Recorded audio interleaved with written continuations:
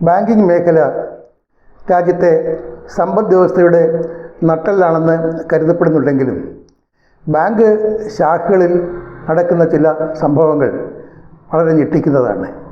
വിവിധ ശാഖകളിലെ ജീവനക്കാരിൽ നിന്ന് ഫോക്കസ് ഓൺ ഫൈനാൻസ് ശേഖരിച്ച അത്തരം വിവരങ്ങളാണ് ഈ വീഡിയോയിലൂടെ പങ്കുവയ്ക്കുന്നത്. 2025 ജൂലൈ 17 അന്ന് മഹാരാഷ്ട്രയിലെ ബാരാമതി എന്ന് പറയുന്ന സ്ഥലത്തുള്ള ബാങ്ക് ഓഫ് ബറോഡയുടെ ശാഖയിൽ 52-കാരനായ ശിവശങ്കർ മിത്ര എന്ന ജീവനക്കാരൻ ആത്മഹത്യ ചെയ്തു. ഇതൊരു ഒറ്റപ്പെട്ട സംഭവമായിരുന്നില്ല. 2024 ഫെബ്രുവരിയിൽ ഗുജറാത്തിലെ ജുനഗഡ് എന്ന സ്ഥലത്തുള്ള യൂണിയൻ ബാങ്ക് ഓഫ് ഇന്ത്യയുടെ ശാഖയിലെ ഒരു ഉദ്യോഗസ്ഥനും ഇതേപോലെ ആത്മഹത്യ ചെയ്യുകയുണ്ടായി. അതേ വർഷം തന്നെ, അതായത് 2024 യൂക്കോ ബാങ്കിൻ്റെ തമിഴ്നാട്ടിലെ ഒരു ശാഖയിൽ പ്രവർത്തിച്ചിരുന്ന സത്യനാരായണൻ എന്ന 29-കാരൻ ജീവിതം അവസാനിപ്പിച്ചതായി റിപ്പോർട്ടുണ്ടായിരുന്നു. വളരെ വിചിത്രമെന്ന് തോന്നുന്ന ഒരു സംഭവം 2023 ഓഗസ്റ്റിലുണ്ടായി. അതായത് ഒറ്റ ആഴ്ചയ്ക്കുള്ളിൽ 5 ബാങ്ക് ജീവനക്കാരാണ് ആത്മഹത്യ ചെയ്തത്. ഇങ്ങനെ ഞെട്ടിക്കുന്ന സംഭവങ്ങൾ അനേകമാണ്. 10 വർഷത്തെ കണക്കെടുത്താൽ ഏതാണ്ട് 500-ലേറെ ബാങ്ക് ജീവനക്കാർ ജീവിതം അവസാനിപ്പിച്ചതായി കാണാം. കൃത്യമായി പറഞ്ഞാൽ 563 ജീവനക്കാർ ജീവിതം അവസാനിപ്പിച്ചിട്ടുണ്ട്. ഈ മരണങ്ങൾക്കെല്ലാം കാരണം ഒന്നേ ഒന്ന് മാത്രമായിരുന്നു, അതായത് അമിതമായ ജോലി സമ്മർദ്ദം. രാജ്യത്തെ വികസന പ്രക്രിയയ്ക്ക് ശക്തി പകരുന്നത് ബാങ്കിംഗ് മേഖലയാണെന്ന് പറയാറുണ്ട്. അത് ശരിയാണ് താനും. ബാങ്ക് ജീവനക്കാരുടെ എണ്ണം തന്നെ പരിശോധിച്ചാൽ അത് നമുക്ക് ബോധ്യമാകും. 2024 മാർച്ച് 31 കണക്കനുസരിച്ച് 18 ലക്ഷത്തിൽ ഏറെയാണ് ഇന്ത്യയിലെ ബാങ്ക് ജീവനക്കാരുടെ എണ്ണം. ഇതിൽ 8,46,000-ത്തിലധികം പേർ സ്വകാര്യ ബാങ്കുകളിൽ ജോലി ചെയ്യുന്നവരാണ്. 7,64,000-ത്തിലേറെ പേരാണ് പബ്ലിക് സെക്ടർ ബാങ്കുകളിൽ ജോലി ചെയ്യുന്നത്.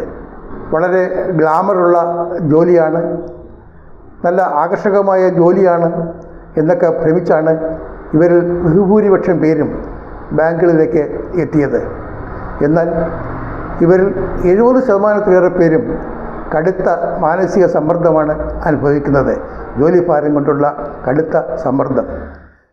തുടർച്ചയായ സമ്മർദ്ദം അനുഭവിക്കേണ്ടി വരുന്നത് മൂലം ജീവനക്കാരിൽ എത്രയോ പേരാണ് മനോരോഗികളായി മാറുന്നത്. അവരെക്കാൾ എത്രയോ അധികം പേരാണ് മാറാരോഗികളായി മാറിക്കൊണ്ടിരിക്കുന്നത്. ഇതിനൊക്കെ കണക്കുകളുണ്ട്. എന്ന് മാത്രമല്ല, അസോസിയേറ്റഡ് ചേംബർ ഓഫ് കൊമേഴ്സിൻ്റെ ഒരു പഠനത്തിൽ വ്യക്തമായത് രാജ്യത്ത് ഏറ്റവും കൂടുതൽ ജോലി സമ്മർദ്ദം അനുഭവിക്കുന്ന ജീവനക്കാരുള്ള 10 മേഖലകളിൽ ഒന്ന് ബാങ്കിംഗ് മേഖലയാണെന്നാണ്. അടുത്ത കാലത്ത് റെഡിറ്റിൻ്റെ വെബ്സൈറ്റിൽ ഒരു ബാങ്ക് ജീവനക്കാരുടെ പോസ്റ്റ് കാണപ്പെട്ടു. 19 വർഷം ബാങ്കിൽ ജോലി ചെയ്ത ആ ജീവനക്കാരൻ്റെ പോസ്റ്റിൽ പറയുന്നത്, അദ്ദേഹം 19 വർഷത്തെ ബാങ്ക് ജോലിക്കിടയിൽ നേടിയത് ഉയർന്ന രക്തസമ്മർദ്ദവും അതുപോലെ തന്നെ ഫാറ്റി ലിവറും ആണെന്നാണ്.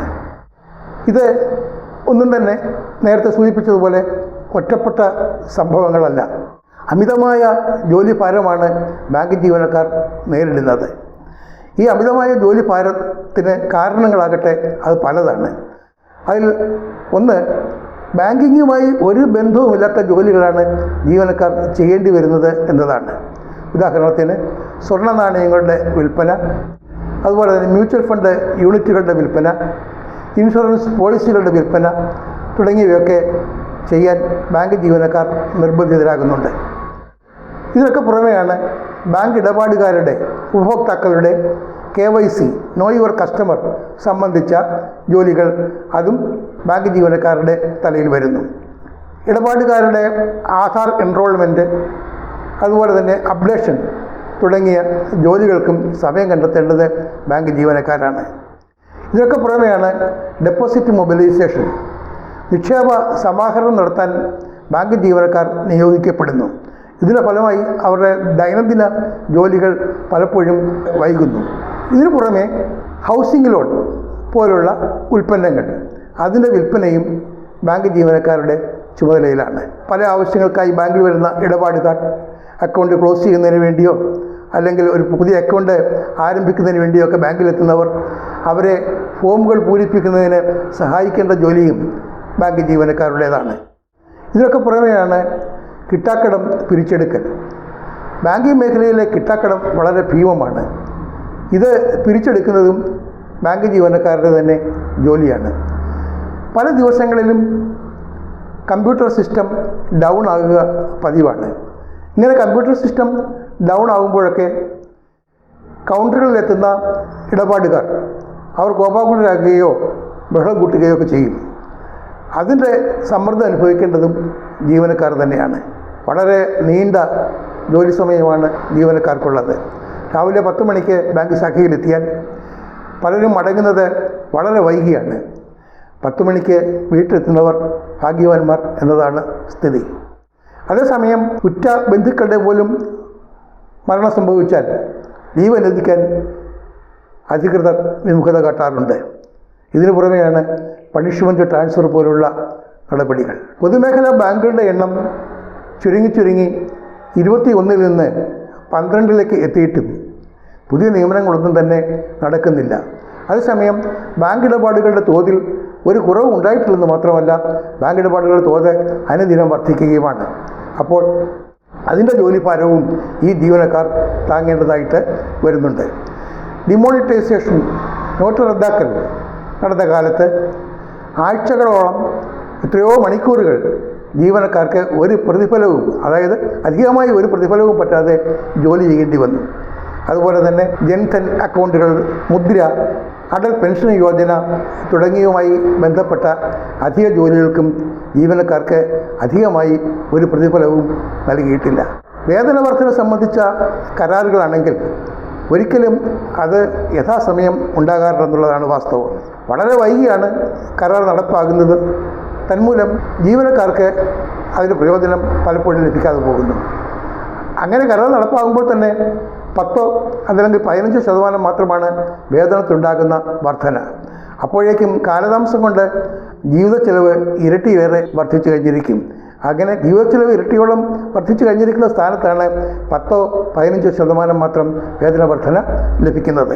5 ഡേ വീക്ക്, 5 ദിവസത്തെ പ്രവൃത്തി ദിവസം എന്നൊരു ആശയം, അതിനുവേണ്ടി ആ ആവശ്യം ഉന്നയിച്ചുകൊണ്ട് ജീവനക്കാർ പലതവണ പ്രക്ഷോഭം പോലും നടത്തിയതാണ്. പക്ഷേ ഇത് സംബന്ധിച്ച് ഒരു നടപടി ഉണ്ടായിട്ടില്ല. ഇൻഷുറൻസ് കമ്പനികളെല്ലാം തന്നെ 5 ദിവസം പ്രവർത്തിക്കുന്നവയാണ്. ബാങ്കുകളുടെ ബാങ്ക് എന്നറിയപ്പെടുന്ന റിസർവ് ബാങ്ക് ഓഫ് ഇന്ത്യയിൽ പോലും 5 ദിവസമാണ് പ്രവൃത്തി ദിവസം.